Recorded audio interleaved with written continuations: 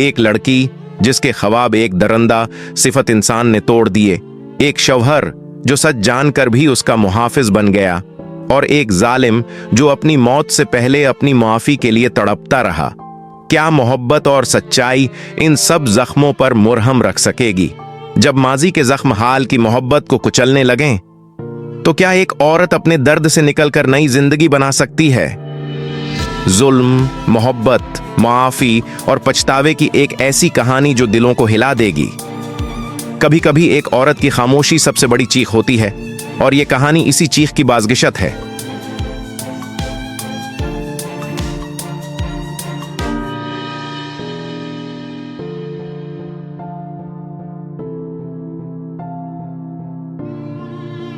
मुस्कान एक हुसैन और जमील लड़की थी। उसकी खूबसूरती का चर्चा पूरे गांव में था। वो हर वक्त हंसती मुस्कुराती रहती थी, इसीलिए घर वालों ने उसका नाम मुस्कान रख दिया था। मुस्कान के वालिद का नाम जमाल था। जमाल ने अपनी बेटी का रिश्ता अपने एक दोस्त के बेटे से तय कर दिया था।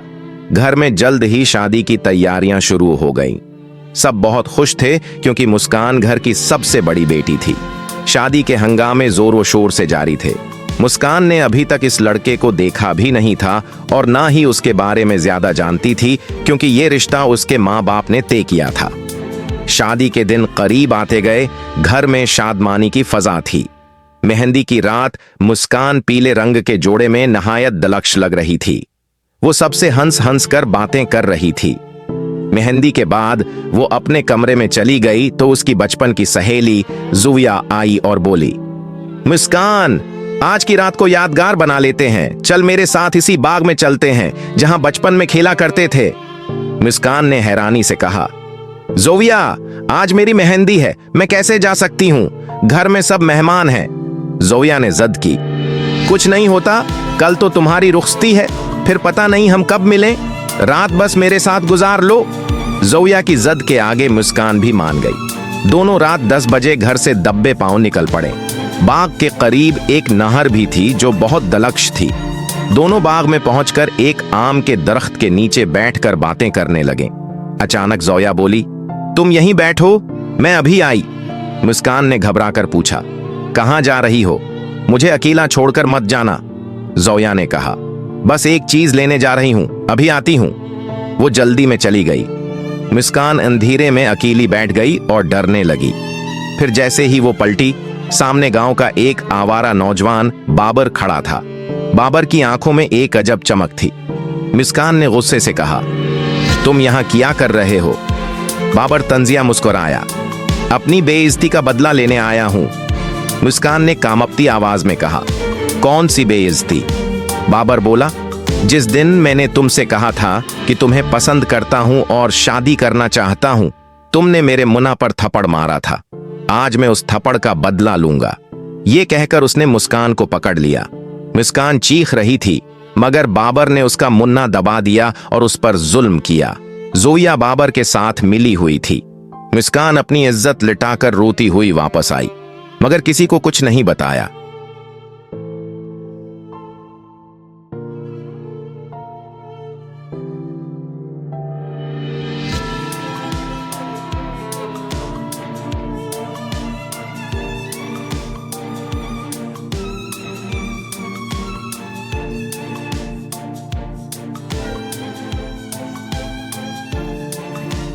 अगले दिन शादी थी, मगर मुस्कान की हंसी खत्म हो चुकी थी।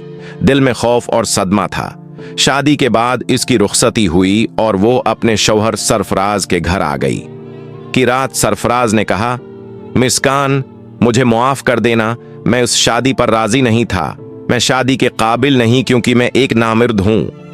ये सुनकर मुस्कान हैरान रह गई। कुदरत ने खुद उसकी इज्जत बचा ली थी।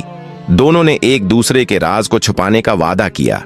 वक्त गुजरता गया। एक दिन मुस्कान की तबीयत खराब हुई। जब ने बताया कि वो हामला है तो सब खुश हो गए, मगर सरफराज के होश उड़ गए।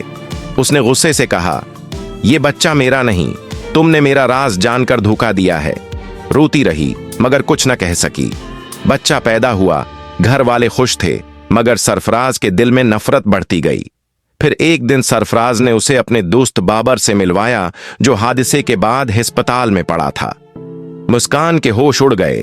वही बाबर उसकी जिंदगी बर्बाद करने वाला था। मुस्कान ने जब बाबर को देखा तो उसका दिल कांप उठा। वही शख्स जिसने उसकी इज्जत को तार तार किया था, आज बस्तर मर्ग पर पड़ा था। सरफराज ने कहा, यह मेरा सबसे अच्छा दोस्त है बाबर, इसका एक्सीडेंट हो गया है, चलकर देख आओ। मुस्कान ने दिल में एक आग महसूस की। वो कुछ बोल न सकी, सिर्फ सर झुकाकर कमरे में गई। बाबर ने जैसे ही उसे देखा, उसकी आंखों में पछतावे आसार भर आए। इसकी आवाज कांप रही थी। मुस्कान, मैंने जो तुम्हारे साथ किया वो जुल्म था, मुझे मुआफ कर दो। मुस्कान के दिल में आग भड़क उठी। वो रो पड़ी। क्या तुम जानते हो तुमने मेरी जिंदगी बर्बाद कर दी? तुम्हारे इस गुनाह ने मेरा हर ख्वाब तोड़ दिया। आज मैं अपने शौहर की नजरों में मुजरिम हूं। बाबर की आंखों से आंसू बहने लगे। उसने कहा, मैं जानता हूं और यही पछतावा मुझे अंदर से खा रहा है। मेरी आखिरी ख्वाहिश है कि तुम मुझे माफ कर दो। मुस्कान ने गुस्से में कहा, तुम्हारे एक लफ्ज से मेरा दर्द खत्म नहीं हो सकता। तुमने मुझे हमेशा के लिए जख्मी कर दिया है। इसी दौरान सरफराज कमरे में आया। उसने दोनों को देखा और कुछ शक सा हुआ। मुस्कान ने फौरन आंखें झुका लें। सच का इंकिशाफ। एक दिन सरफराज ने गुस्से में मुस्कान को कहा, यह बच्चा मेरा नहीं है, मुझे सच बताओ कि तुम्हारा ताल्लुक किसके साथ था? मुस्कान ने खामोशी तोड़ते हुए रोते हुए सब कुछ कह दिया। उसने बताया कि बाबर ने उसके साथ जुल्म किया था और वो उसके बाद कभी हंस न सकी। ये सुनकर सरफराज पहले तो हका बका रह गया, फिर खामोशी से मुस्कान के करीब आकर बोला, तुम्हें अपनी जिंदगी में दोबारा हंसना होगा। तुम्हारी कोई गलती नहीं थी, कसूर इस दरंदे का था। मुस्कान ने हैरानी से सरफराज को देखा।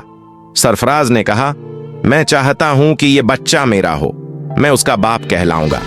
तुम्हें किसी के आगे सर झुकाने की जरूरत नहीं। बाबर का अंजाम। कुछ दिन बाद बाबर की हालत मजीद खराब हो गई। इसने सरफराज को भी सब सच बता दिया कि उसने मुस्कान के साथ किया था। सरफराज ने उसे मुआफ तो नहीं किया, लेकिन कहा, तुम्हारा वक्त करीब है, अल्लाह से तौबा करो। बाबर ने आखिरी सांस लेते हुए कहा, मैंने जुल्म किया था, अल्लाह मुझे मुआफ करे। मुस्कान, तुम खुश रहना। बाबर की मौत हो गई। नया आगाज। बाबर की मौत के बाद मुस्कान ने एक नई जिंदगी शुरू करने की कोशिश की। सरफराज ने उसे मोहब्बत और इज्जत दी। वक्त के साथ मुस्कान ने भी सरफराज के खुलूस को समझा और उसके साथ रहने लगी। बच्चा बड़ा हुआ तो सरफराज ने उसे अपना नाम दिया और अपनी जान से ज्यादा चाहा कि जिंदगी में फिर से सुकून आने लगा। लेकिन वो अक्सर दुआ करती, आय अल्लाह, हर लड़की को ऐसा हौसला दे कि वो अपने दुखों को बर्दाश्त कर सके और अपने हक के लिए लड़ सके।